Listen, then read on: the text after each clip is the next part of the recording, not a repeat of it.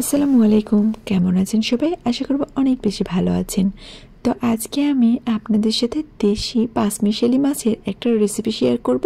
আর এই শীতের দিনে এই রেসিপিটা একবার ট্রাই করে দেখবেন, ইনশাল্লাহ অনেক ভালো লাগবে। শীতের মধ্যে টাটকা টাটকা এই সবজিগুলোই পাওয়া যায়, যেটা গরমের সিজনে পাওয়া যায় না।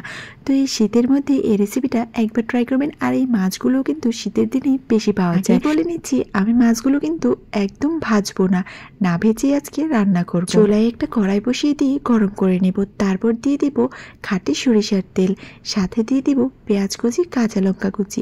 এবার এগুলোকে একটু ভেজে নিব। ভালো করে ভাজা হয়ে গেলে একটুখানি জল দিয়ে দিব। জলের মধ্যে বাকি মশলাগুলো অ্যাড করে দিব। 1 টেবিল স্পুন দিয়ে দিব আদা রসুন আর জিরার পেস্ট, তিনটাই আমি মিক্সড করে নিয়েছি। স্বাদ মতো লবণ আর আমার সিক্রেট মশলাটা কিন্তু আমার ফেসবুক পেজ বা ইউটিউব চ্যানেল দুইটাতেই পেয়ে যাবেন। সো আমার চ্যানেলটা একটু ঘুরে আসবেন, তাহলে আমার এই সিক্রেট মশলার রেসিপিটা পেয়ে যাবেন। তারপর মশলাটাকে ভালো করে কষিয়ে নিতে হবে। কষানো হয়ে গেলে এখানে আমি সবজিগুলো দিয়ে দিব। এখানে আমি ফুলকপি, আলু আর সিম নিয়েছি। এগুলোকে এখন ভালো করে কষিয়ে নিতে হবে। ও আরেকটা কথা, ফুলকপিটাকে কিন্তু একটু বড় বড় পিস করে কাটতে হবে, কারণ ফুলকপিটা যদি গলে যায় তাহলে কিন্তু মজা লাগবে না। সো এভাবে রান্না করতে হবে। একটু ঢেকে দেব, ঢেকে ভালো করে কষিয়ে নেব।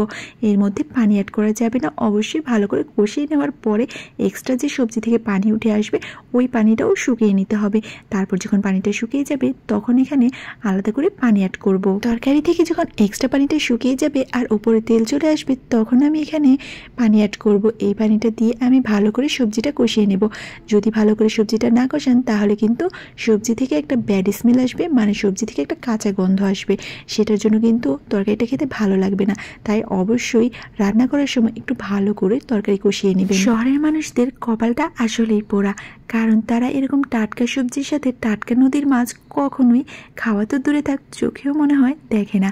কেননা এরকম ফ্রেশ জিনিস শুধুমাত্র গ্রামেই পাওয়া যায়।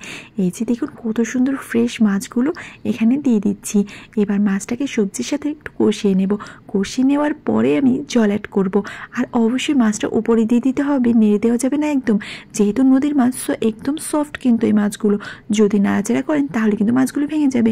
আর মাছগুলো ভেঙে গেলে কিন্তু তরকারিটা মজা হবে না, আর মাছটাও খেতে মজা লাগবে না। এবার আমি শেষবারের মতো জল অ্যাড করে দেব। এই জলের সাথে মাছটা মশলা দিয়ে ভালো করে কষিয়ে যাবে, মানে রান্না হয়ে যাবে। এই মাছ হতে কিন্তু বেশি সময় লাগবে না।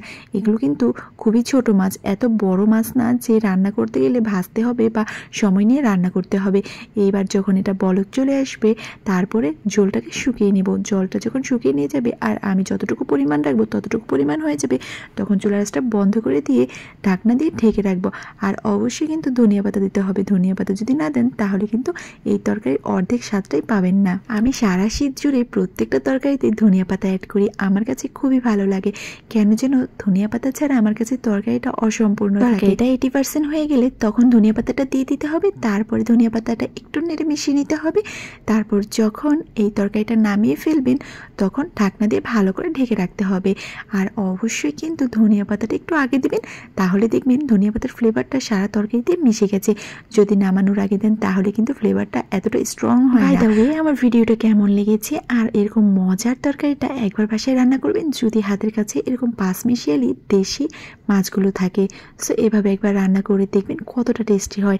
তাহলে ভালো থাকবেন সবাই, আর অবশ্যই আমার ভিডিওটা ভালো লাগলে শেয়ার করে দিবেন। আসসালামু আলাইকুম and thanks for watching my video.